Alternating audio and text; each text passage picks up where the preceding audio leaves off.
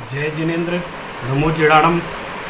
मैं आज आप सभी का स्वागत और हार्दिक अभिनंदन करता हूं और मैं विशेष रूप से बहुत प्रोत्साहित करना चाहता हूं। मेरी प्रेरणा और आशीर्वाद प्रिय समकित के साथ है कि उसने एक सकारात्मक पहल की है और उसके मन में ये विचार आया कि आजकल हम जो प्राच्य विद्या के विद्यार्थी हैं, जो संस्कृत प्राकृत पढ़ते हैं, शास्त्रीय आचार्य करते हैं, उनको किस तरीके से डिजिटल बनाया जाए और एक डिजिटल प्लेटफॉर्म तैयार करके डिजिटल शास्त्री नाम से उसने एक कोर्स प्रारंभ किया है। मैं हृदय से उसके इस प्रयास का अभिनंदन करना चाहता हूँ कि उसने अपने बलबूते पर इस कार्य को शुरू किया और इस चीज़ को मैं इस रूप में ही देखता हूँ कि उसने स्वयं जिस तरह प्राच्य विद्या की पढ़ाई पढ़ी है और संस्कृत की शिक्षा प्राप्त करने के बाद उसने भारत सरकार के साथ जुड़कर कॉमन सर्विस सेंटर के माध्यम से अपना एक मुकाम हासिल किया, उसमें काम किया और आज वो अपनी एक पहचान बना सका है। और इसी दृष्टिकोण से मैं आप लोगों से मैं अपने सभी शास्त्री भाइयों बहनों से बात करना चाहता हूँ।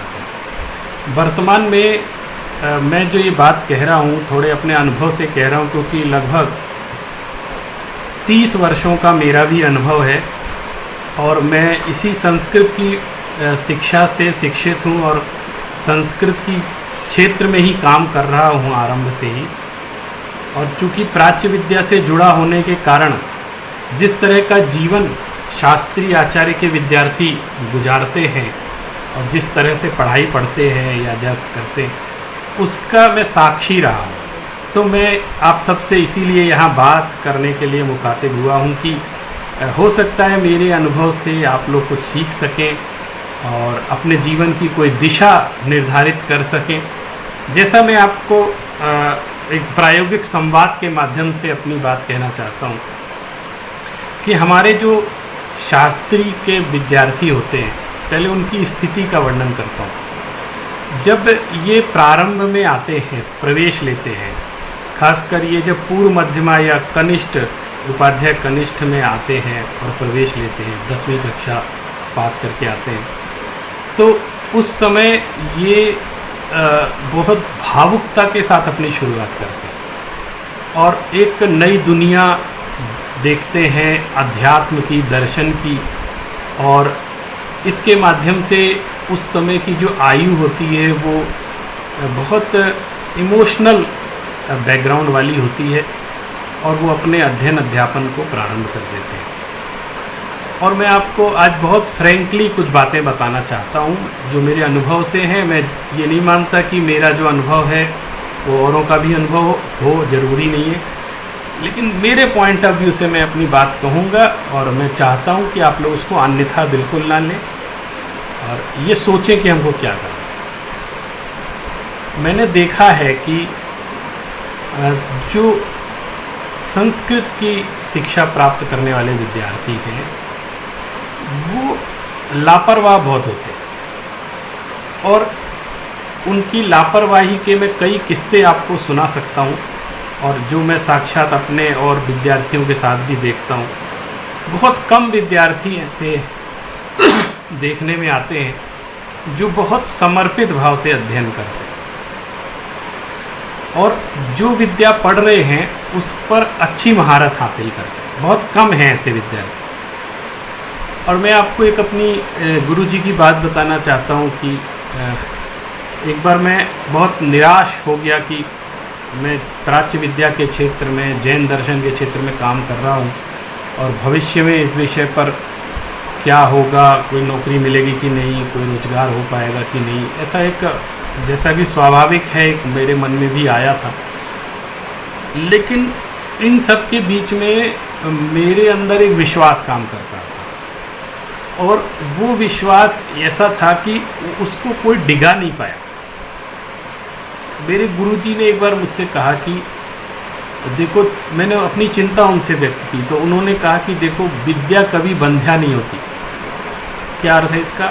विद्या कभी बंध्या नहीं, विद्या अगर आप विद्या का अध्ययन कर रहे हैं तो वो बांझ नहीं होती है। ऐसा नहीं होगा कि कुछ मिलेगा नहीं, कुछ ना कुछ तो आपको मिलेगा और आप खाली नहीं रहेंगे।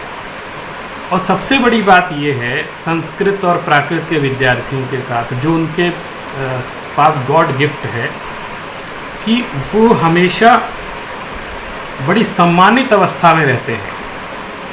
मैं हमेशा कहता हूँ कि जो ऐसे बीए करके कहीं क्लर्क बन जाते हैं किसी ऑफिस में, तो क्या इज्जत रहती है आपकी। लेकिन अगर आपने शास्त्री की है तो आपके पास शास्त्र का वो वैभव, वो ज्ञान, आपके अंदर वो आत्मविश्वास काम करता है कि आप किसी स्कूल में अध्यापक बन जाते हैं, चाहे प्राइवेट स्कूल हो चाहे सरकारी, तो उसमें एक जो सम्मानित अवस्था महसूस होती है, क्योंकि अध्यापक का सम्मान सब जगह है। और आप चाहे किसी भी फील्ड में चले जाएं, आपको इतना सम्मान नहीं मिलेगा जितना अध्यापक बनने पर मिलता है। ये ऐसी मेरी मान्यता है। और मैं अपने सभी जितने भी क्षेत्र हैं कार्य करने के, उन सब क्षेत्रों में अध्यापन के क्षेत्र को सर्वश्रेष्ठ मानता हूँ। ऐसी मेरी व्यक्तिगत राय है।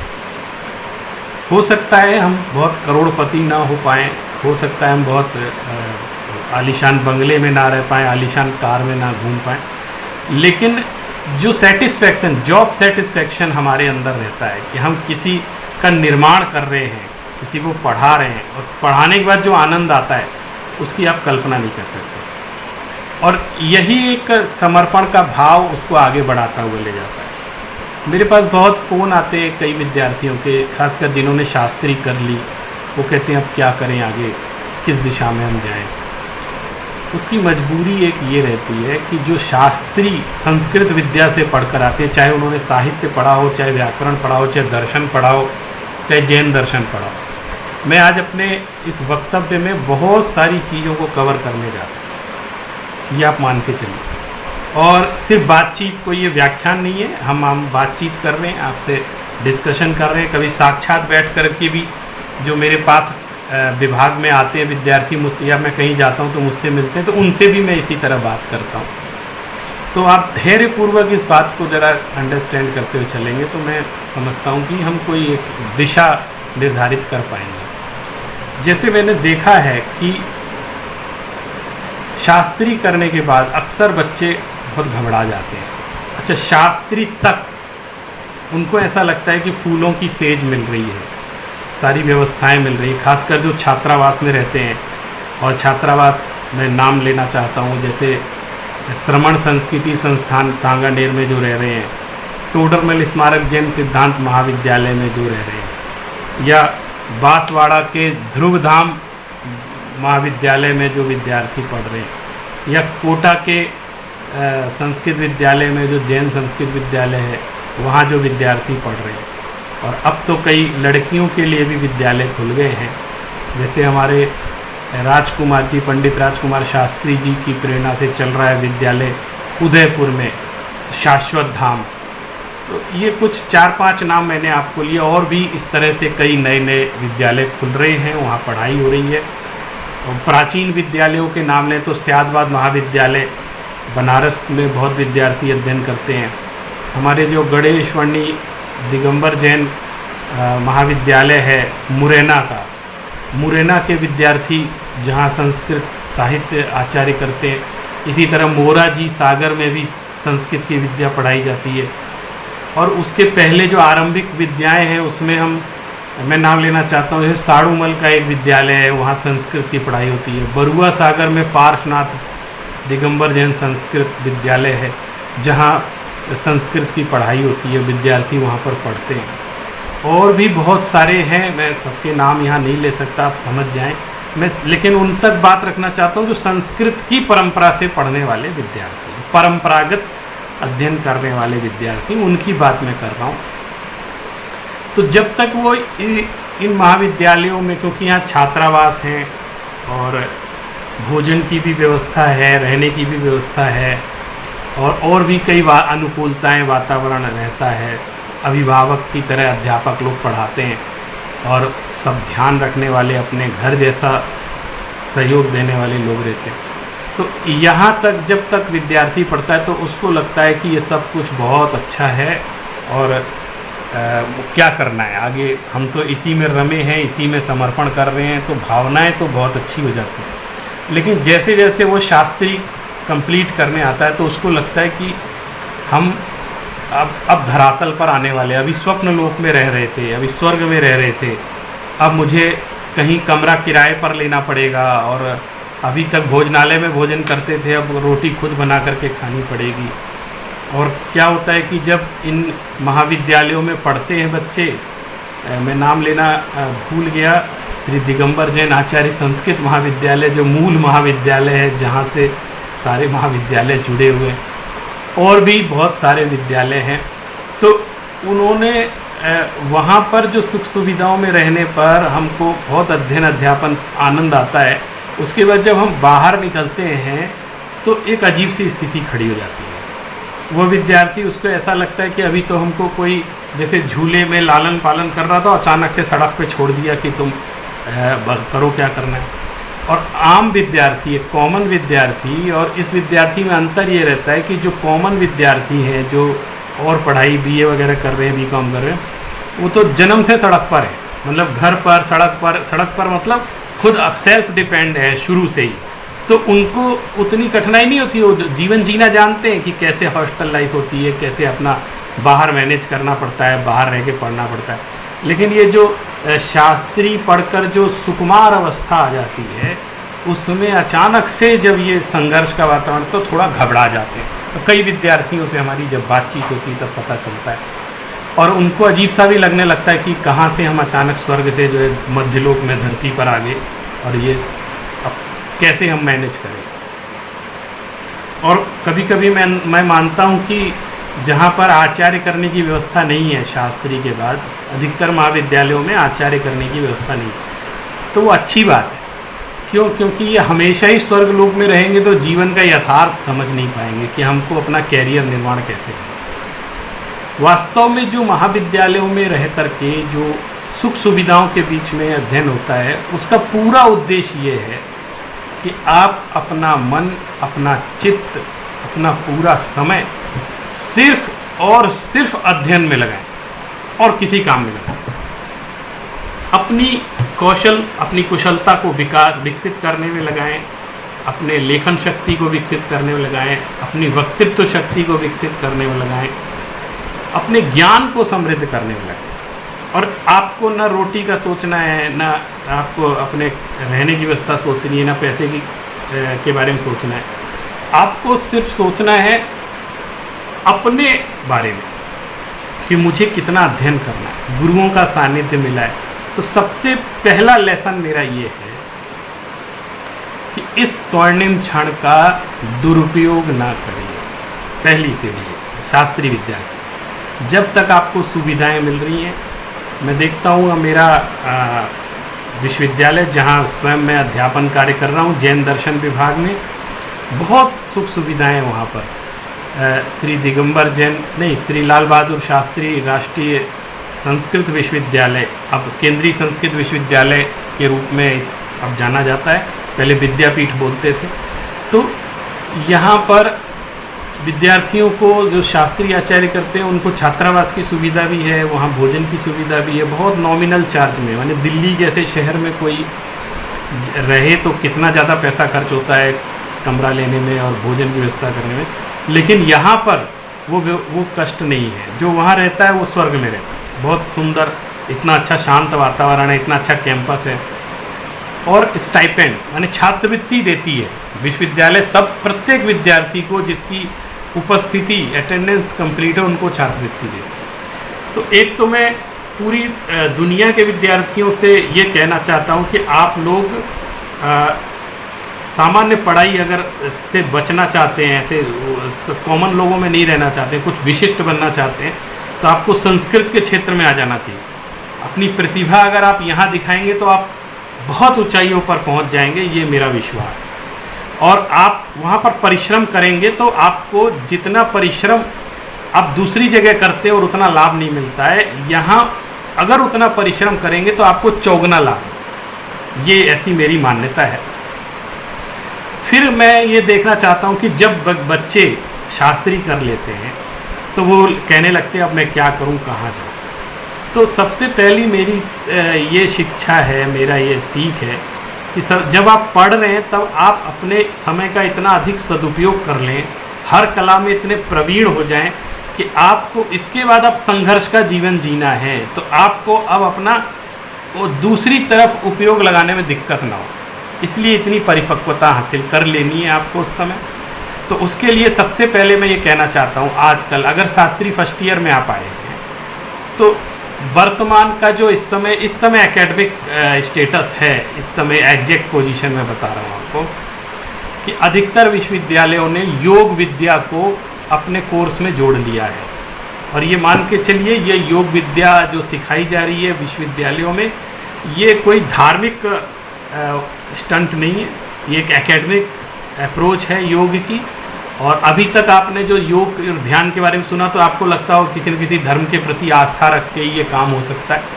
जैसे आपको विपश्यना करनी है तो बौद्ध को फॉलो करना पड़ेगा, प्रेक्षा ध्यान करना है तो जैन को फॉलो करना पड़ेगा, और आपको और बहुत सारे महर्षि योगी के आश्रम में जाना पड़ेगा, अन्य श्री रविशंकर के यहाँ जीवन जीने की कला सीखनी पड़ेगी, दुनिया भर के आपको। तो वो सब ऐसा लगता है कि आपको कहीं ना कहीं फॉलोअर बनाने की कोशिश की जा रही है। लेकिन अब जो है ये यूजीसी ने एक्सेप्ट कर लिया है और यूजीसी ने योग के पाठ्यक्रम को इंट्रोड्यूस किया है सबके लिए। और ये मैं समझता हूँ 2-4 साल पहले की बात है, अभी इंट्रोड्यूस हुआ है।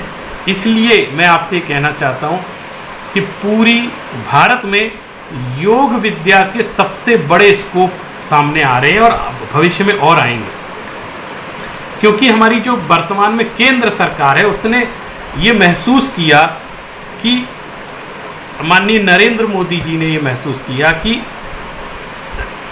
लोग आज भटक क्यों रहे हैं या देश बर्बाद क्यों हो रहा है, क्योंकि हम अपनी योग विद्या को भूल चुके हैं। इसलिए बहुत कम उम्र में हमें बहुत तरह के रोग हो जाते हैं और यही तो देश को बीमार बनाना है। आप अपनी योग विद्या को भूल करके तमाम रोगों के शिकार हो गए और आप अपने देश को उन्नति नहीं कर पा रहे, अपने जीवन की उन्नति नहीं कर पा रहे। आपकी उन्नति होगी तो जीवन की उन्नति होगी, जीवन की उन्नति होगी तो राष्ट्र की उन्नति होगी, ये तो मान के चलिए। तो इस योग विद्या को बहुत अच्छे से इंट्रोड्यूस कर दिया गया है। यूजीसी ने एक बहुत बड़ा पाठ्यक्रम बनाया है और नेट की परीक्षा भी योग विद्या से होने लगी। तो ये आप मान लीजिए कि अब आपको योग में कैरियर का एक बहुत बड़ा स्वर्णिम चांस आपके सामने आ चुका है।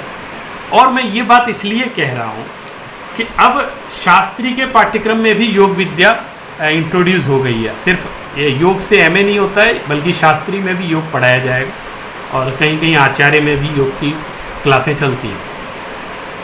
तो सबसे पहला काम जो शास्त्री फर्स्ट ईयर के बच्चे हैं, वो वैकल्पिक विषयों में जब हमको विषयों का चुनाव करना पड़ता है, तो मेरा ये निवेदन है कि आप उसमें योग का विषय अवश्य ले लीजिए, क्योंकि आपको शास्त्री तो करनी है, लेकिन योग एक विषय रहेगा तो आपके लिए स्कोप खुल जाएगा। इसलिए ऐसा कह रहा हूँ क्योंकि भविष्य में हर स्कूल में, अभी भी हो गया है, हर स्कूल में एक योगा टीचर कंपलसरी रखने की बात आ रही है। एक नहीं, कई योगा टीचर रखने पड़ेंगे, क्योंकि पूरे स्कूल के बच्चों को योग कराना है और वो योगा टीचर बिल्कुल अलग तरह का होगा, ये आप मान लीजिए।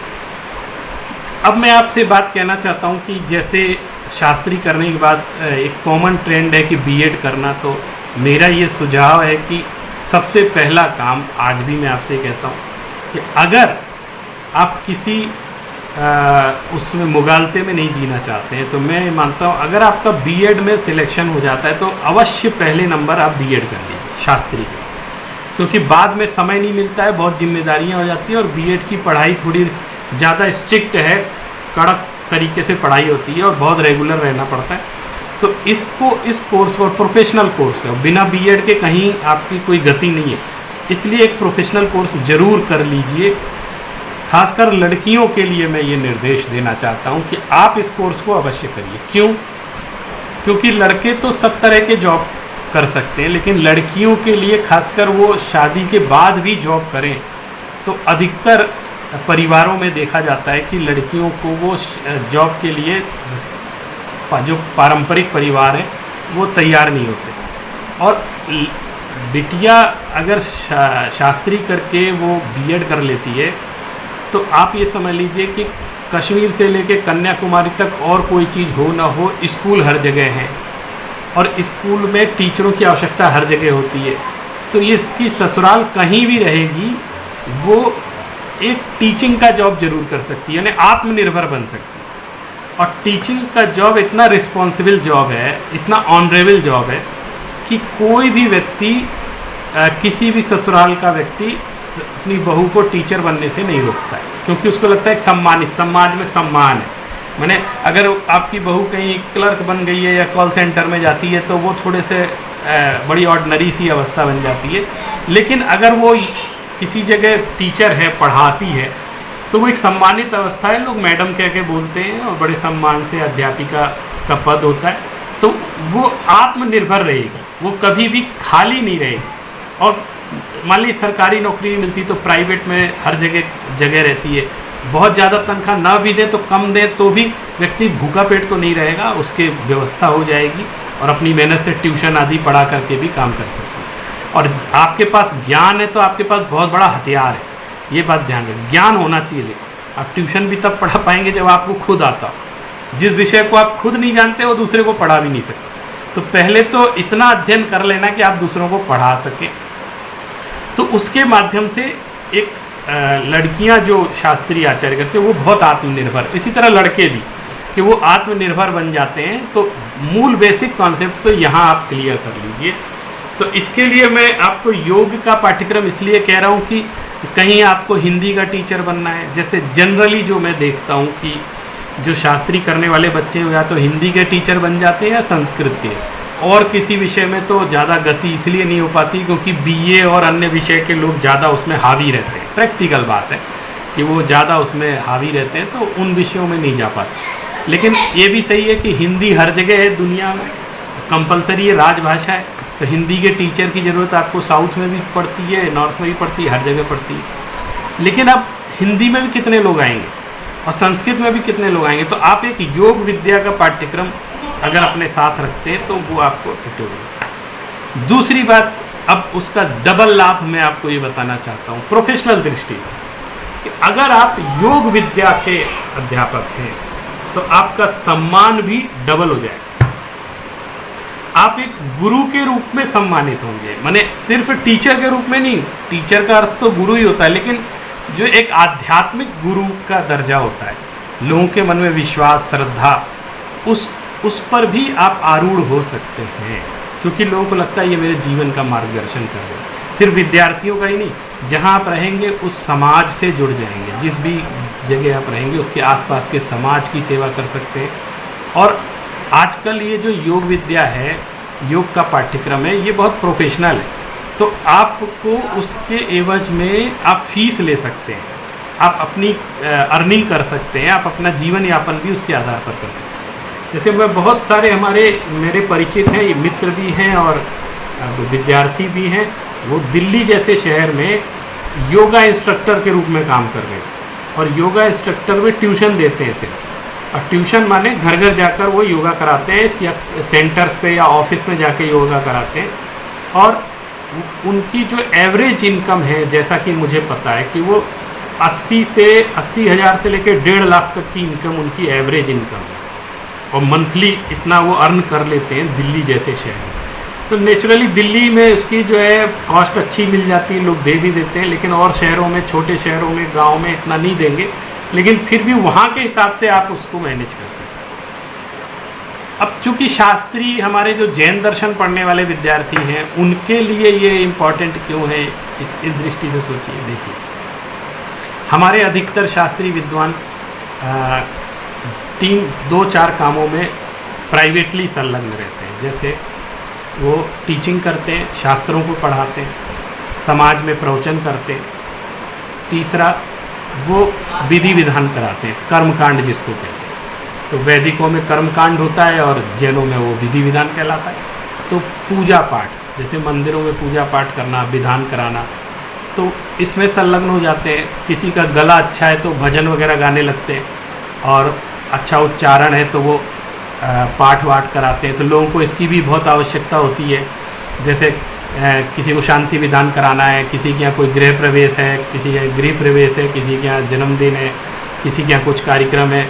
तो इस तरह की चीज़ें तो चलती रहती है समाज में। तो ये एक अर्निंग पॉइंट उनका होता है, क्योंकि इसके एवज में उनको सम्मान राशि भी प्राप्त होती है। तो सामाजिक रूप से लोग इस तरह से जो शास्त्री करते हैं वो अपनी एक आजीविका की व्यवस्था करते हैं और प्रवचन भी करते हैं। तो मैं उनके लिए बात ज़्यादा कहना चाहता हूँ जो प्रवचन करते हैं। ये जो दूसरे हैं जैसे पूजा पाठ करा रहे हैं, या कई लोग ज्योतिष का काम करने लगते हैं, कुंडली बनाने लगते हैं, भविष्य बताने लगते हैं। उसमें भी कई लोग जो थोड़े ज़्यादा होशियार होते हैं वो वास्तु का काम करने लगते हैं, वास्तु विद्या सिखाने लगते हैं। क्योंकि ये सब चीज़ों में अर्निंग है, तो पैसा तो सबको चाहिए जीवन यापन के लिए। तो पैसे के लिए वो वहाँ पर इन सब विद्याओं में, तो ये भी कुशलता है, मैं इसको निगेटिव नहीं मानता हूँ। ये कला है, ये सबके बस की बात नहीं है। ज्योतिष विद्या में काम करना आसान बात नहीं है, आपको उतना ज्ञान होना चाहिए और उतना हुनर होना चाहिए। इसी तरह कर्म कांड में भी जो विधि विधान के कार्य होते हैं, प्रतिष्ठा वगैरह कराना, विधान कराना, उसमें भी आपके अंदर कला ज़्यादा जरूरी है, ज्ञान उतना ज़रूरी नहीं है। ये मैं आपसे कहना चाहता हूँ। क्यों?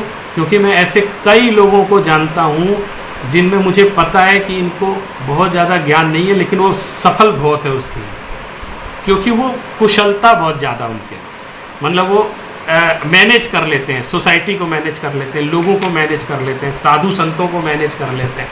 तो वो एक अच्छे मैनेजर हैं। तो वो उस दृष्टि से वो अपनी समाज में पैठ बना लेते हैं और अर्निंग बहुत अच्छी कर लेते हैं। लेकिन अगर उसके साथ साथ वो थोड़ा ज्ञान का भी अभ्यास कर लें, शास्त्रों को अच्छे से पढ़ लें, तो मैं समझता हूँ वो ज़्यादा विकास कर सकते। लेकिन फिर भी मैं इन लोगों के बारे में उतनी बात नहीं करना चाहता हूँ, क्योंकि they are already professional and they earn enough. लेकिन मैं उनके लिए बात करना चाहता हूँ जो विद्यार्थी इस फील्ड में नहीं है, ना तो वो वास्तु जानते हो तो वो उस कार्य को करना पसंद नहीं करते, और ना ज्योतिष जानते हैं, ना पूजा पाठ कराने में उनकी रुचि है, क्योंकि वो स्पिरिचुअली बहुत डेवलप कर चुके हैं, फिलोसफर टाइप के हैं, और बहुत अच्छी पढ़ाई पढ़ी उन्होंने, मेहनत की है, और संस्कृत भी सीखी है, प्राकृत भी सीखी है, और प्रवचन करते हैं, बहुत अच्छा विषय को समझाते हैं। ऐसे विद्यार्थी, इनके सामने रोजगार का संकट ज़्यादा है। ये मैं प्रैक्टिकल बात बता रहा हूँ। रोजगार का संकट उनके सामने ज़्यादा कैसे, कि उनके सामने मजबूरी है कि कोई ना कोई नौकरी अटेंड करें, क्योंकि सोसाइटी उनको इसके एवज में कोई ख़ास पेमेंट नहीं करती है, और कई जगह तो करती ही नहीं है। और ये कुछ ऐसा इमोशनल बातें हो जाती हैं, जैसे वो संसार की क्षणभंगुरता के बारे में प्रवचन कर रहा है, नश्वरता के बारे में, अपरिग्रह पे प्रवचन दे रहा है, और फिर उसके बाद वो उसके एवज में अगर पैसे लेता है या फिर करता है, तो वो लोगों को भी अच्छा नहीं लगता, और उसको खुद अच्छा नहीं लगता कि ये क्या कर रहा हूँ मैं। तो वो लेता भी है तो भी कसमसाता रहता है, और नहीं लेता है तो वो दोनों तरफ से उसको लेना भी नहीं है, और नहीं मिलने पर जो दुख होता है वो भी वो भोग रहा है कि मैं इसमें पैसे नहीं ले रहा हूँ तो मेरे जीवन कैसे चलेगा। तो ये एक बड़ी, और दूसरा एक और शिकुगा चलता है कि धर्म द्रव्य का उपयोग नहीं करना चाहिए। जैसे निर्माल्य शब्द है, तो निर्माल्य का उपयोग नहीं करना चाहिए। तो अगर वो कोई प्रवचन करने के एवज में अगर उसको कुछ राशि मिलती है तो वो ये सोचता है कि यार ये हमको निर्माल्य मिल रहा है, मैं प्रवचन के एवज में पैसे ले रहा हूँ, तो ये मैं पाप बांध रहा हूँ, ऐसी बातें। और नहीं ले तो दिक्कत, और ले तो दिक्कत। ले तो सबसे बड़ी समस्या उसके सामने ये है कि उसको वो हीन भावना महसूस होती है कि मैं क्या कर रहा हूँ। जबकि मेरे विचार इस विषय में बिल्कुल अलग हैं, उस पर कभी मैं अलग उस पर बातचीत करूँगा आपसे, क्योंकि ये मामला निर्माल्य के विषय में कभी अलग व्याख्यान दूंगा, जो मेरी सोच है और मैंने जो अनुसंधान किया। लेकिन इसमें एक रास्ता आपके सामने बचता है।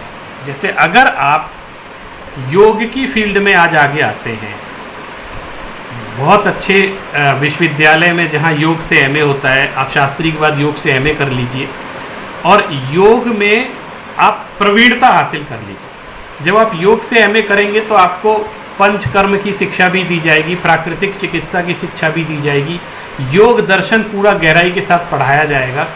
और सिर्फ एक योग दर्शन नहीं बल्कि आपको उसके साथ जैन और बौद्ध योग भी पढ़ाया जाएगा। हालांकि जैन बौद्ध योग को बिल्कुल संक्षिप्त सिलेबस में लोग रखते हैं नाम मात्र के लिए, उस पर ज़्यादा ध्यान नहीं देते हैं, क्योंकि मेजॉरिटी जो है वो पतंजल योग की है, तो उसी की तरफ ज़्यादा ध्यान। और आपको अगर प्रोफेशनली आगे बढ़ना है तो आपको पतंजल योग को अच्छे से समझना पड़ेगा और उसको अप्लाई करना पड़ेगा, प्रैक्टिकल जीवन में अपना करके देखना पड़ेगा। तो अगर आप अच्छे प्रैक्टिशनर बन जाते हैं योग की फील्ड में और अच्छे उसका साथ साथ नॉलेज ले लें, तो आपके पास वो चांस ज़्यादा है। क्यों?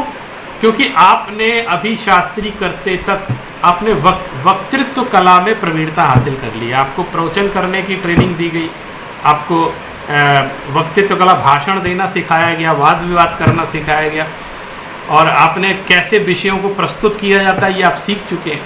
तो आप ये जान लीजिए योग की फील्ड में भी वो ही सफल है जो बोलना जानता है।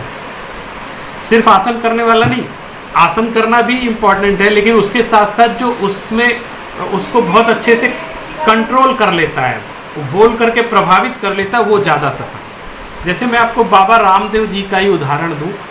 आप रामदेव से पहले क्या योग था नहीं भारत में कि योगी नहीं थे? कौन नहीं था? खूब योग की चर्चा होती थी, खूब योगी भी थे और कराते भी रहते थे, सब था। लेकिन रामदेव का जो सबसे बड़ा कंट्रीब्यूशन मैं मानता हूँ, मैं स्वयं ऐसा मानता हूँ कि उन्होंने एक ही काम किया है, योग के प्रति विश्वास उत्पन्न कर दिया। पहले विश्वास ही नहीं था, करते थे लेकिन जो करते थे उन्हें ही विश्वास नहीं था कि इससे कुछ होता है। मैं प्राणायाम कर रहा हूँ तो इससे मेरा बीपी ठीक हो जाएगा, ये मुझे ही विश्वास नहीं है, कर तो रहा हूँ लेकिन विश्वास नहीं। तो लोगों के अंदर एक फेथ क्रिएट करने का काम बाबा रामदेव ने किया, और वो फेथ क्रिएट भी किया और उसको भुनाया भी, दोनों काम किया। तो आप उनके उससे सीख सकते हैं मैनेजमेंट कि किस तरीके से हम योग के फील्ड में दोनों काम कर सकते हैं। दूसरी बात मैं इस विषय में एक और ये आपसे कहना चाहता हूँ कि आप योग से एमए करिए और बहुत अच्छे से करिए, जो भी करिए दबा कर करिए। मतलब ये मत सोचिए कि अरे ठीक है पास हो जाएंगे किसी तरह और क्या रखा है। अनमने से अगर आपको कम थोड़ा सा हल्का मन रख के करना है तो बिल्कुल मत करिए, जो करिए पूरे जोर से करिए।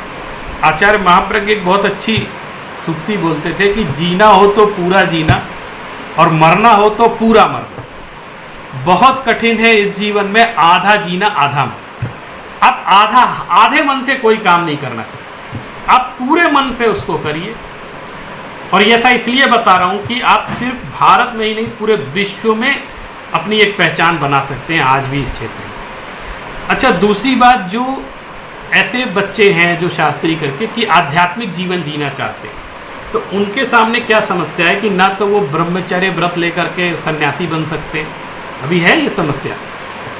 भावना वैसी है, स्पिरिचुअल लेवल उसी लेवल पे आ चुके हैं, लेकिन वो जो ब्रह्मचारियों के जो पाखंड है उसको देखकर भी घबराते हैं कि ये ऐसे रहेंगे तो हम तो परेशान हो जाएंगे। तो वो सोचते हैं हम क्या करें, पंडित बन गए हैं, विद्वान बन गए हैं और ज्ञान भी सारा का सारा है, उनको ये भी ज्ञान हो जाता है कि नाटक करने से कुछ नहीं होता। इतनी भावुकता में भी वो शास्त्री विद्यार्थी कभी नहीं पढ़ता है, और दूसरे लोग पढ़ जाएंगे, लेकिन जो शास्त्री कर लिया वो इतनी जल्दी भावुकता में नहीं पड़ता है, बड़ा ठोस काम करता है।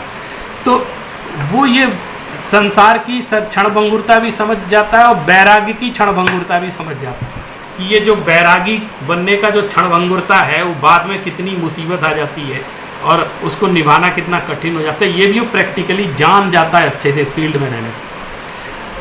लेकिन अगर वो किसी और फील्ड में जाता है तो उसका धर्म और अध्यात्म छूट जाता है जिसमें उसकी रुचि है। तो मैं आपसे ये कहना चाहता हूँ, मेरा पर्सनल विचार है कि आप किसी और विषय से एमए करेंगे, मान लीजिए इंग्लिश में एमए कर लिया या संस्कृत या प्राकृत या आपने जैन दर्शन से आचार्य कर लिया, तो उसकी एक मर्यादा है, मतलब उसकी स्कोप भी बहुत ज़्यादा नहीं है ठीक है लेकिन बहुत ज़्यादा नहीं है। तो आप अगर योग से करेंगे तो योग में आपके सामने द्वार खुला हो, और योग का प्रोफेशन एक ऐसा प्रोफेशन है, आप एक बात ध्यान रखिएगा, मैं बोल रहा हूँ योग का प्रोफेशन का अर्थ ये नहीं है कि आप हर जगह जाके व्यायाम कराएं, ये योग। आप योग के स्कॉलर के रूप में आपको डेवलप, स्कॉलर समझ रहे हैं ना, योग के विद्वान, योग के मसीहा के रूप में आपको समझना है कि लोगों को ये लगे कि अगर जैन योग सीखना है, वैदिक योग सीखना है, बौद्ध योग सीखना है तो इस व्यक्ति के पास जाओ, इसको उसका मर्म पता है। आपको योगा इंस्ट्रक्टर वाली बात नहीं बता रहा। आप अगर अकेले इंस्ट्रक्टर रहेंगे, आपके अंदर स्वयं आध्यात्मिकता नहीं रहेगी, स्पिरिचुअलिटी नहीं रहेगी, तो आप में, आप बुरा मत मानना, आप में और एक मसाज सेंटर में कोई अंतर नहीं है, ये आप समझ लीजिए। क्योंकि मसाज सेंटर में लोग क्यों जाते हैं? हाथ पांव दबाने के लिए जाते हैं ताकि रिलैक्सेशन हो जाए। तो आपके योगा सेंटर में भी लोग हाथ पांव दबाने आ गए, तो आप में और उसमें क्या अंतर रह गया? सिर्फ नाम का अंतर रह गया, और क्या अंतर रह गया? अंतर किस चीज़ का है? स्पिरिचुअलिटी का, आध्यात्मिकता का, कि आपने उसके अंदर का योग विकसित किया कि नहीं, आपने उसके अंदर वो विरक्ति का भाव विकसित किया कि नहीं, संसार में रहकर भी संसार से भिन्न, जैसे जल में कमल भिन्न रहता है, वो भाव आपने एक साधक के अंदर विकसित किया कि नहीं किया। ये सिंपल प्रैक्टिशनर नहीं कर पाता है। वो आपको आसन प्राणायाम सिखा देगा, लेकिन ये सारी बातें क्योंकि उसको आती नहीं है, ये जानता है तो बोलना नहीं जानता है। लेकिन आपके पास वो आध्यात्मिकता है, वो कुशलता है, आपके पास शास्त्र का ज्ञान है। जो शास्त्र का ज्ञानी व्यक्ति होगा वो योग के क्षेत्र में ज़्यादा सफल होगा, ऐसा मेरी मान्यता है। इसके साथ साथ आप इंग्लिश लैंग्वेज का भी अच्छा अभ्यास कर लीजिए, क्योंकि एक आप व्यवहारिक दुनिया के लिए मैं बात बता रहा हूँ कि ये आप मान कर चलिए, आप इंग्लिश में कुछ कहते हैं तो आज भी समाज की ये स्थिति है कि वो उसको बहुत ज़्यादा महत्व देने लग जाते हैं, कि उनको लगता है कि यार ये बहुत ज़्यादा ज्ञानी है। आज ये फ़र्क है, आज भी है ये फ़र्क, लेकिन ये बहुत स्थूल लेवल पर है, बहुत बड़ी बात नहीं है। आप हिंदी में अपनी बात गंभीरता से कहते हैं तो दुनिया सुनती है, बात में दम होनी चाहिए। इसके साथ साथ आप चूँकि संस्कृत जानते हैं और 150 श्लोक आपको याद है, संस्कृत विद्या आपको आती है, तो जब आप संस्कृत बोलते हैं तो आपके प्रति सम्मान समाज में चौगुना हो जाता है, और इंग्लिश वाले का इतना सम्मान नहीं होगा। क्यों? कारण क्या है? अब इसको मार्केट की स्ट्रेटेजी समझिए। आज इंग्लिश बोलने वाले कितने हैं? मार्केट में जिसकी संख्या ज़्यादा होती है उसकी कीमत कम होती है। ये बाजार का नियम है, ये आपको पता होना चाहिए। कि जैसे बहुत सारे इंग्लिश तुम भी जानते हो, बच्चा भी बोल लेता है, भिखमंगा भी इंग्लिश बोल रहा है, इसमें क्या फ़र्क पड़ता है? आप देखो टूरिस्ट प्लेस पे भिखारी लोग हैं, बड़े अच्छे से इंग्लिश, इतनी हम भी नहीं बोल पाते, वो वहाँ के बारे में इतना अच्छे से समझा देते हैं, जिस लोकेशन के बारे में अंग्रेज़ों को, कि वो हम लोग भी नहीं बोल पाएंगे। तो वो इंग्लिश जानता है और वो भाषाएं जानता है, कई भाषाएं। मैंने एक बार टीवी पे देखा, एक ग्वालियर किले के पर एक कोई आइसक्रीम बेचने वाला लड़का था, वो संसार की कई भाषाएं जानता है, फ्रेंच भी जानता है, चाइनीज़ भी, स्पेनिश भी, सब जानता है, क्योंकि टूरिस्टों के साथ रह रहकर सीख गए। तो अगर संस्कृत नहीं जानते हैं लोग, अभी भी संस्कृत बोलने वाले बहुत कम लोग हैं, संस्कृत जानने वाले कम लोग हैं, तो आज आपके पास अवसर है कि आप ऐसी चीज़ में प्रवीणता हासिल कर लीजिए कि जिससे आपको देख करके लोग लगे कि क्या हो रहा है, ये तो गजब है। तो आपने अगर 4 वाक्य भी संस्कृत में अपने भाषण में बोल दिए तो आपके प्रति सम्मान में सिर झुक जाएगा, हाथ जोड़ के लोग खड़े हो जाएंगे। तो ये आपके भाषा का चमत्कार है और संस्कृत के प्रति सम्मान है। और जब आप कुछ सिखा रहे हैं किसी को, 2-4 गाथाएं प्राकृत में बोल दीजिए तो उसके प्रति भी सम्मान बढ़ जाता है लोगों को। अरे ये तो आगम की गाथा बोल रहा है, इसको इतना आता है, ऐसा सम्मान हो जाता है। तो आप देखिए, आपने यदि एमए कर लिया योग से और एक प्रामाणिक संस्थान से आपको एमए करना है, ये ध्यान रखिएगा। क्योंकि जब मार्केट में चीज़ आती है तो बहुत नकली संस्थाएं भी खड़ी हो जाती हैं, तो आपको नकली संस्थाओं से बचना है। थोड़ा पता लगा करके आप उसका कोर्स करें और उसके बाद आप यूजीसी की नेट परीक्षा पास कर लीजिए। और अगर उसमें आपने जेआरएफ प्राप्त कर लिया तो आप ये समझ लीजिए पीएचडी करने के लिए महानगर में लगभग 40,000 रुपये गवर्नमेंट ऑफ इंडिया आपको महीने की स्टाइपेंड देगी। और उस बीच पीएचडी करने के दौरान आप उसमें इतनी महारत हासिल कर लीजिए अपने विषय में कि आप छा जाइए पूरे क्षेत्र में।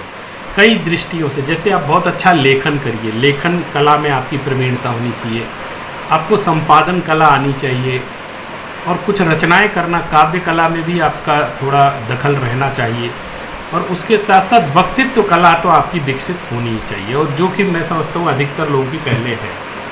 फिर इसके बाद क्या है, आप ऊंचाई पे जाना चाहते हैं तो आपको अभी अनेक विश्वविद्यालयों में योग के डिपार्टमेंट खुल गए हैं, वहाँ पे योग के प्रोफेसर की ज़रूरत पड़ती है। और आपको मालूम है अभी सबसे अधिक रिलायबल और सबसे अधिक ऑनरेबल जॉब इस समय प्रोफेसर का है, और बहुत ऑनर है, और बहुत काम करने का आपको अवसर इस पर मिल जाएगा। तो आप देखिए अभी वैदिक परंपरा में जो योग है उसमें भी बहुत भीड़ है, वहाँ भी लोग आगे, लेकिन अभी जैन योग में आपको कुछ फील्ड बनानी पड़ेगी।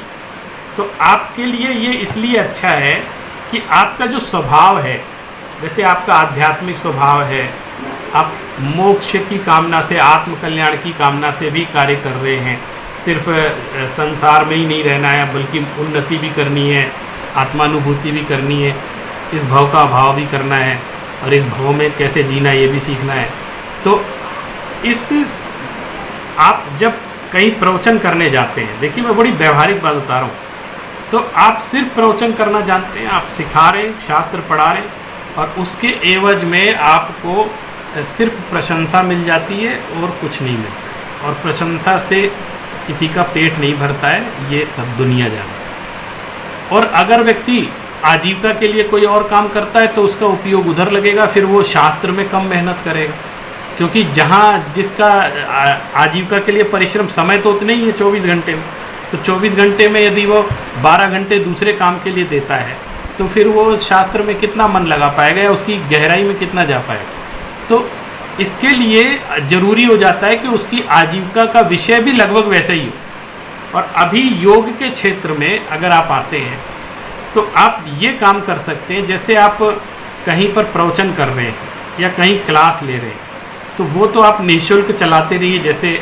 चलाते हैं हमेशा, लेकिन उसके साथ अगर आप योग के विशेषज्ञ बन गए हैं तो आप योग, चूँकि स्पिरिचुअल टच इसके अंदर है, आप ही के फ्लेवर का है, इसमें फिलॉसफी भी है, स्पिरिचुअलिटी भी है, तो आप उसकी प्रैक्टिस कराएं, तो उसके लिए आप चार्ज कर सकते हैं, और बहुत सम्मान के साथ लोग उसमें आपको राशि देंगे, पैसे देंगे, और आपकी सारी व्यवस्था होगी। इसके अलावा ये तो हो गया सोसाइटी से कमाना, लेकिन इसके अलावा आप एक एनजीओ रन कर सकते हैं, जो एनजीओ बहुत अच्छा रिकॉग्नाइज्ड करके आप उसके माध्यम से प्राकृतिक चिकित्सा जो कि ज़रूरत है दुनिया की, और नेचुरोपैथी और योगा, इनका एक सेंटर डेवलप कर सकते हैं। खुद भी कोई संस्था बना करके वो डेवलप कर लीजिए, और उसके साथ साथ आप तत्व ज्ञान भी लोगों को दीजिए। तो आज दोनों चीज़ों की ज़रूरत है। आप देखिए, मैं आपको एक बात बता रहा हूँ, आप इसमें बुरा मानने की बात नहीं है। अकेला सिर्फ अध्यात्म के भरोसे जितने भी लोग हैं उनमें से अधिकतर लोग डायबिटीज के शिकार हैं, अधिकतर लोगों के बीपी बढ़ जाते हैं, और अधिकतर मैंने देखा है यहाँ तक कि साधु संतों में भी हार्ट अटैक हो रहे हैं। अब तो किसी योगी को कभी हार्ट अटैक हो सकता है? किसी योगी को कभी डायबिटीज या शुगर या बीपी की बीमारी हो सकती है, अस्थमा हो सकता है? नहीं हो सकता। क्यों?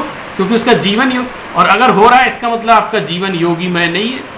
तो जो एक तरफा विकास हो गया कि हमको सिर्फ बुद्धि के बल पर सिर्फ ज्ञान ज्ञान ज्ञान और अध्यात्म अध्यात्म सिर्फ यहाँ का केंद्र है, सारा का सारा यहीं का बुद्धि विमर्श, तो उससे क्या हुआ, शरीर डैमेज हो गया। और आप ये दुनिया जानती है कि शरीरम खलु धर्म साधनम, शरीर क्या है, धर्म का साधन है, और अगर शरीर सुरक्षित नहीं रहेगा तो आप कुछ नहीं कर सकते, ये भी निश्चित। तो शरीर के लिए भी आप योग को अध्यात्म के माध्यम से इंट्रोड्यूस करके अपनी कुशलता से, अपनी कला से उसको उसमें मिला सकते हैं। और दूसरी बात, योग के क्षेत्र में जो कमियां दिखलाई दे रही हैं वर्तमान में, ध्यान को लेकर, योग को लेकर, चूँकि आप शास्त्र के विशेषज्ञ हैं, आपको ज्ञान है, आपने सीखा है अध्यात्म, तो दर्शन जानते हैं, तो आप उन कमियों को भी दूर कर सकते हैं। क्योंकि आप जानिए अभी जो योगा कराते हैं वो बहुत ज्ञानी नहीं होते हैं, उन्होंने बहुत शास्त्र नहीं पढ़े, वो प्रैक्टिस करना जानते हैं, तो वो फिलॉसफी बहुत अच्छी नहीं समझा पाते, मैंने ऐसा देखा है अक्सर। लेकिन जो दोनों बातें जानता है, प्रैक्टिस भी अच्छी जानता है और ज्ञान भी उसको बहुत है, तो वो बहुत अच्छे से मैनेज कर सकता है चीज़ों को। और एक बात तो ये मान लीजिए, पैसा भी सिर्फ साधन है, साध्य तो है नहीं, और कभी साध्य मानना भी नहीं चाहिए, चाहे कोई भी फील्ड हो। तो इस फील्ड में भी आप, योग की फील्ड में भी पैसे को साधन के रूप में देखिए, धर्म के क्षेत्र में भी पैसे को साधन के रूप में देखना है, साध्य के रूप में नहीं देखना है। और निश्चित है, ये तो हम जानते हैं कि जो मिलता है वो पुण्य पाप से मिलता है, पुण्य के उदय से पाप के उदय से आता जाता रहता है, ये सब हमको बहुत अच्छे से समझा दिया गया और हमने मान भी लिया इस चीज़ को। तो आप इस चीज़ को भी समझ लीजिए। और मैं आपको ये कहना चाहता हूँ, बहुत सारे क्षेत्र हैं, लेकिन मैं आज चूँकि योग पर ही बोल रहा हूँ, इसलिए मैं योग आपको आत्मनिर्भर बनाएगा। आपको बिल्कुल छोटा सा एक उदाहरण देता हूँ। एक मेरा परिचित है, विद्यार्थी है, उसको मैंने देखा एक दिन वो पार्क में गया और देखा कि लोग अलग अलग ऐसे ताली बजा रहे हैं, कहीं कुछ कर रहे हैं, श्वास ले रहे हैं। उसने कुछ नहीं किया, एक बैनर छपवाया 400-500 रुपये का कि नित्य योग ऐसे कुछ करके, और उसने वहाँ पेड़ों पे टांग दिया और दरी बिछा के अकेले योग करने लगा। तो रोज़ जाके योग करे, तो एक दो लोग आ गए, बोले क्या कर रहे हो तुम? बोले मैं तो योगा टीचर हूँ और योगा सिखाता हूँ, आपको सीखना तो बताइए, सीख लीजिए। तो क्या कैसे करेंगे? तो बोले यहीं कर लेते हैं, अपनी अपनी दरी ले आओ, यहाँ बैठो और सुबह का समय सब लोग आते हैं, हम लोग कर सकते हैं। तो उसने शुरू कर दिया, 2 लोग करने लगे, 4 लोग करने लगे, 150 लोग करने लग गए। अच्छा, उसने अपने बैनर पे एक लिखा था निःशुल्क योग। तो आपको मालूम है, दुनिया में आज से नहीं, अंग्रेज़ों के ज़माने से बात प्रसिद्ध है कि भारत में कोई चीज़ यदि आपको चलानी है तो उसके आगे निःशुल्क डाल दीजिए, फिर लोग सोचना विचारना छोड़ देते हैं अच्छा है बुरा है क्या है, लोग उसके सामने सिलेंडर हो जाते हैं। निःशुल्क होना चाहिए बस, ये आप मान लीजिए। धर्म के क्षेत्र में हो चाहे किसी क्षेत्र में, आप अगर कह देंगे कि मैं प्रवचन कर रहा हूँ तो 10-10 रुपये की टिकट लगेगी, तो एक कोई आदमी पढ़ सुनने के लिए नहीं है। और आप ये कह दो कि प्रवचन सुन रहे हैं, फ्री में सुनाए जा रहे हैं, उल्टे 10 रुपये देंगे, तो हो सकता है बहुत सारे लोग आए। तो आप ये समझ लीजिए, उसने ये निःशुल्क लिख दिया। तो मैंने कहा तुम ठीक है, उसका समर्पण है, वो कर रहा है। तो कह रहा है मैं तो निःशुल्क ही कराता हूँ, 1 घंटे सिखाता हूँ। अब उसने 2, 4, 5 महीने एक निःशुल्क योग सिखाया, खुद करता ही था, एक बैनर टांग के उसने सिखाना शुरू कर दिया। इससे क्या लाभ हुआ? एक तो उसकी खुद की प्रैक्टिस होती थी, वो कहने लगा मुझे जो है इंटर्नशिप करनी पड़ती है, तो मेरी प्रैक्टिस हो गई। और उसने, मेरा भी शरीर ठीक हो रहा है, मेरी प्रैक्टिस हो रही है, मैं कैसे कराता हूँ नहीं कराता हूँ, ये मैं प्रैक्टिकली सीख रहा हूँ कि मैं, मेरे में दम है कि नहीं है। फिर उसने क्या किया कि जब ये लोग सब करने लग गए, तो उसमें जो पार्क में आते हैं उसमें सब तरह के लोग होते हैं। फिर किसी ने कहा कि साहब ये मैं इतने बजे, तो 6 बजे तुम कराते हो, 6 बजे तो मैं आ नहीं पाता हूँ, तो मैं उठ ही नहीं पाता हूँ, या मेरे घर में व्यस्तता है, मैं तो 7-7:30 बजे आऊँ। तो उनको उसका कीमत तो समझ में आ गई। फिर उसने कहा 7-7:30 बजे मेरे पास समय नहीं है। तो बोले तुम मेरे घर आके करा सकते हो? बोले करा सकते हो, उसकी फ़ीस लगेगी। तो वो जाने लगा, 5,000 रुपये महीने उसने 1 घंटे कराने को लेने लगा। शुरुआत में कहने लगा, शुरुआत ऐसे हुई, फिर धीरे धीरे आपका व्यवहार, आपकी कुशलता, आपके कराने का तरीका, आप कैसे कन्वेंस कर लेते हैं, आपके अंदर कितनी प्रैक्टिस है और कितना नॉलेज है, ये सब डिपेंड करता है आपकी स्किल पर। फिर धीरे धीरे धीरे उसका इतना अच्छा, उसने एक सेंटर खोल लिया और उसको काफ़ी कुछ काम करने लग गया वो। तो ये होता है आत्मनिर्भरता, खुद ही जॉब बना के क्रिएट कर। तो मैं आपसे कह रहा हूँ कि आपके फ्लेवर की चीज़ है और आप अध्यात्म के क्षेत्र में काम कर रहे हैं, दर्शन के क्षेत्र में काम कर रहे हैं, तो आपको ये सहूलियत, आप उसमें ध्यान कराएं, किसी को प्रैक्टिस कराएं, मेडिटेशन कराएं, तो उसमें भी अब अध्यात्म जो आप जानते हैं उसको आप संयोजित करके कराएंगे, तो लोगों को ज़्यादा आनंद आएगा और लोगों को सीखने को मिलेगा। तो हो सकता है अगर आपको इस फील्ड में काम करना है, तो इस समय अभी इसका मार्केट नया नया खुला है, अवसर बहुत सारे हैं, आप लोग चाहें तो इसमें आत्मनिर्भर बन के आगे आ सकते हैं। और सबसे बड़ी बात, सरकार इसको महत्व दे रही है।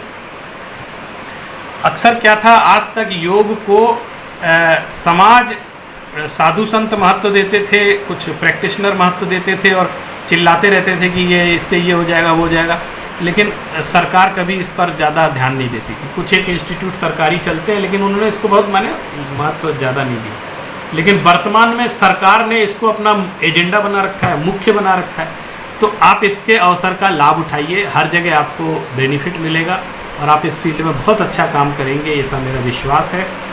तो आप दूसरी बात, आप इसको पार्ट टाइम भी कर सकते हैं। जैसे अगर आप हिंदी से एमए कर रहे हैं या संस्कृत से एमए कर रहे हैं, जैन दर्शन से आचार्य कर रहे हैं या प्राकृत से आचार्य कर रहे हैं, तो उसके साथ साथ आप एक पीजी डिप्लोमा कर सकते हैं। आप खाली मत रहिए। जब आप शास्त्रीय आचार्य कर रहे हैं तो सिर्फ शास्त्र मत पढ़िए, उस समय आप कोई डिजिटल कोर्स कर लीजिए ताकि आपका टेक्निकल हैंड हो जाए।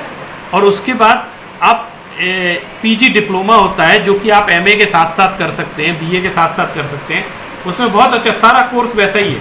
तो वो भी आप अगर कर लेते हैं तो आपके पास एक साइड बाय साइड एक बहुत अच्छी प्रोफेशनल डिग्री आपके पास डिप्लोमा की आ जाती है।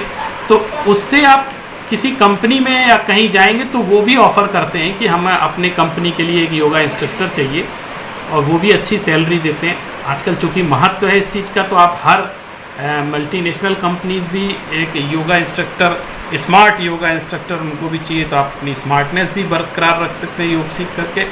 और सारी की सारी चीज़ें निर्भर करती हैं आपकी स्किल पर। इसमें आत्मनिर्भरता आज आपके सामने मैं मानता हूँ कि आप स्वरोजगार उत्पन्न कर सकते हैं। अगर आपने किसी को योगा सिखाया, उसके कैंप लगाए, उसकी फ़ीस ली, वर्कशॉप ली, तो इसमें कोई बुरा भी नहीं मानता, इसमें कोई निर्माल्य का दोष लग जाएगा ऐसा भी नहीं है। हाँ, आप पूजा पाठ करते हैं, आप कुछ धार्मिक आयोजन करते हैं, तो उसके एवज में जब कुछ लेते हैं तो तमाम तरह की बातें होती हैं।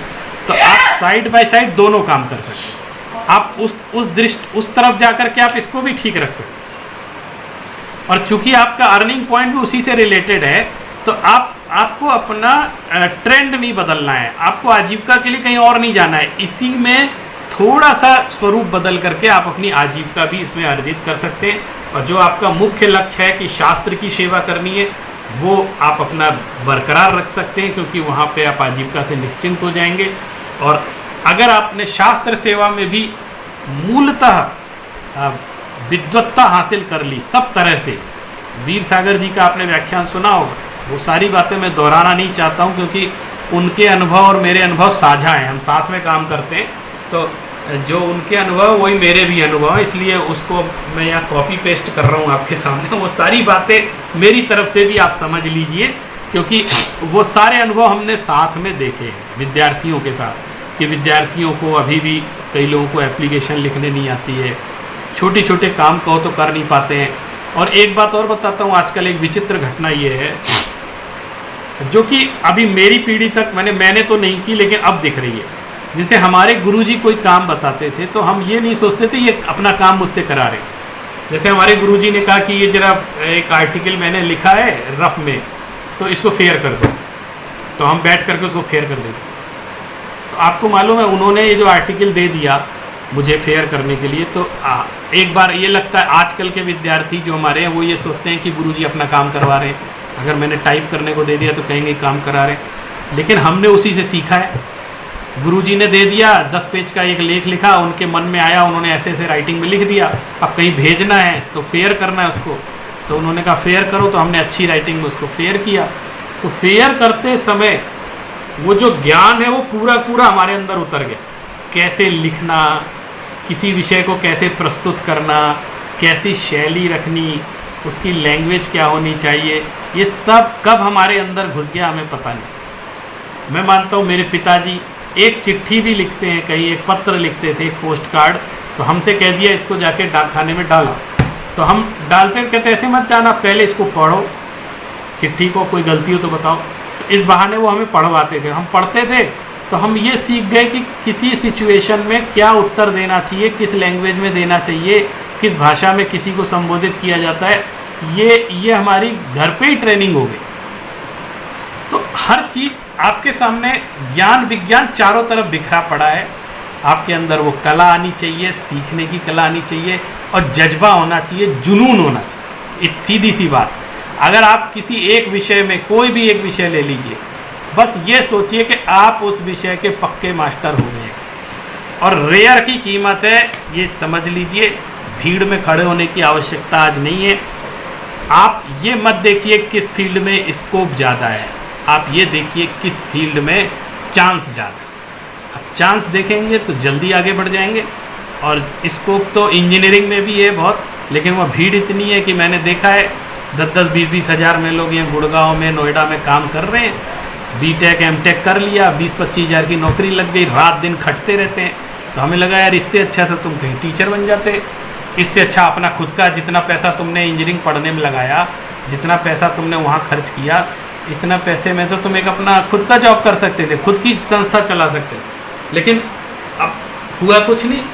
और कई लोग बहुत ऊपर भी बढ़ जाते हैं, बड़े बड़े पैकेज भी मिल जाते हैं उनको। लेकिन मैं तो अपनी फील्ड की बात कर रहा हूँ। ऐसा नहीं है, बेरोजगारी हर फील्ड में है, लेकिन चांस भी हर फील्ड में है। जिसके पास हुनर है, जिसके पास शक्ति है, जिसके पास मेहनत है, जिसके पास समर्पण है, जिसके अंदर जज्बा है, उसके लिए रास्ते हर जगह हर समय खुले हैं। मैं आपको ये विश्वास दिलाना चाहता हूँ और मैं अपनी तरफ से कहना चाहता हूँ कि यदि आप योग के क्षेत्र में अपना कैरियर बनाएंगे तो निश्चित रूप से आप आत्मनिर्भर बनेंगे। और ये आपके जो आध्यात्मिक और दार्शनिक स्वभाव है, आपका जो ये इस तरह का कार्य है, इसके बहुत फेवर में बात जाएगी। आपको ज़्यादा भटकना नहीं पड़ेगा। लगभग उसी फील्ड में रह करके एक अर्निंग पॉइंट अच्छा आप बना सकते हैं, ऑनरेबल अर्निंग पॉइंट है। और इस फील्ड की भी सेवा कर सकते हैं ना, योग को भी ऊंचाइयों पर ले। ये भी आपको देखना है, कॉन्ट्रीब्यूशन आपका होना चाहिए कि ये जो आप ऊंचाई पे ले जा रहे हैं, ये आपका योग के प्रति कॉन्ट्रीब्यूशन, कि आप भारत की एक योग विद्या को देश विदेश में पहुंचा रहे हैं। आप विदेशों में, मैं एक छोटे अपने विद्यार्थी के बारे में बताना चाहता हूँ। एक मनीष चौधरी हमारे शास्त्री का विद्यार्थी है। आज वो कई देशों में योग की टीचर, उसका बहुत ऑनरेबल जॉब है, कई संस्थाओं से जुड़ करके वो काम कर रहा है। और उसने यहाँ पर कॉमनवेल्थ जब गेम हुए थे तब भी उसने अपने योगा का प्रदर्शन उसमें किया था। और जैन दर्शन से शास्त्री किया उसने, हमारे यहाँ पढ़ता था। तो बाद में उसने इसी फील्ड को अपना लिया, फिर आचार्य नहीं किया। तो देखिए हुनर था तो वो अगला इतना आगे बढ़ गया। और आज भी हम लोग आता है, हमसे मिलता है, हम लोग देखते हैं उसके काफ़ी जो उसकी उन्नति है। और ऐसे बहुत सारे लोग हैं। तो आप ये जान लीजिए कि अगर आप इस तरह का काम करना पसंद करेंगे तो निश्चय। और एक चीज़ और इसमें बताना चाहता हूँ कि हो सकता है आपके गुरुजी मना करें आपको इसका, क्योंकि क्या होता है कि फिलोसफर है, उनके अपनी एक दृष्टिकोण होता है। वो कह देते हैं जो ध्यान कराया जा रहा है, ध्यान सब बेकार है, ये सब योग जो है ये सब बेकार है, इससे आत्मकल्याण नहीं होता है। तो आप उनसे ये निवेदन कर दीजिए कि हम आत्मकल्याण के लिए, मोक्ष मार्ग के लिए प्रवचन कर रहे हैं, स्वाध्याय कर रहे हैं। और जैसे जिस तर्क के आधार पर लोग दुकानों पे बैठ जाते हैं काम छोड़ करके, लोग कोई और काम धंधा करने लग जाते हैं, लोग खेती करने लग जाते हैं, उसी तर्क के आधार पर हम योग कर रहे हैं। हम योग को उससे जोड़कर नहीं काम कर रहे हैं। इतना उनको कह करके आप अपना काम करिए, आप आगे बढ़िए। निश्चित रूप से मेरी शुभकामनाएं आपके साथ है। फिर कभी मुलाकात होगी तो और भी बहुत सारी चर्चाएं आपसे करेंगे। आप सभी ने मेरी बात को गौरपूर्वक सुना, कोई किसी बात का आप अन्यथा नहीं लीजिएगा, क्योंकि थोड़ा सा मैं फ्रैंक होकर मैंने अपनी बात कही है, जो प्रैक्टिकल बात है वो कही है। ज़्यादा आदर्शवादिता को मैंने लेने की कोशिश नहीं की, क्योंकि वो भी मैं कर सकता था, क्योंकि मैं भी प्रवचन करता हूँ तो मैं भी वो सारी बातें बोल सकता। लेकिन मैंने अपने शास्त्री के विद्यार्थियों को, संस्कृत के विद्यार्थियों को लक्ष्य रख के अपनी बात की, उनकी प्रायोगिक समस्याओं को देखते हुए बात कही है। तो आप लोग इस बात का ध्यान रखेंगे और आगे फिर कभी मुलाकात होगी तो आपसे बात करेंगे। आप सभी को जय जिनेंद्र, नमो जेड़ाणम, नमो नमः।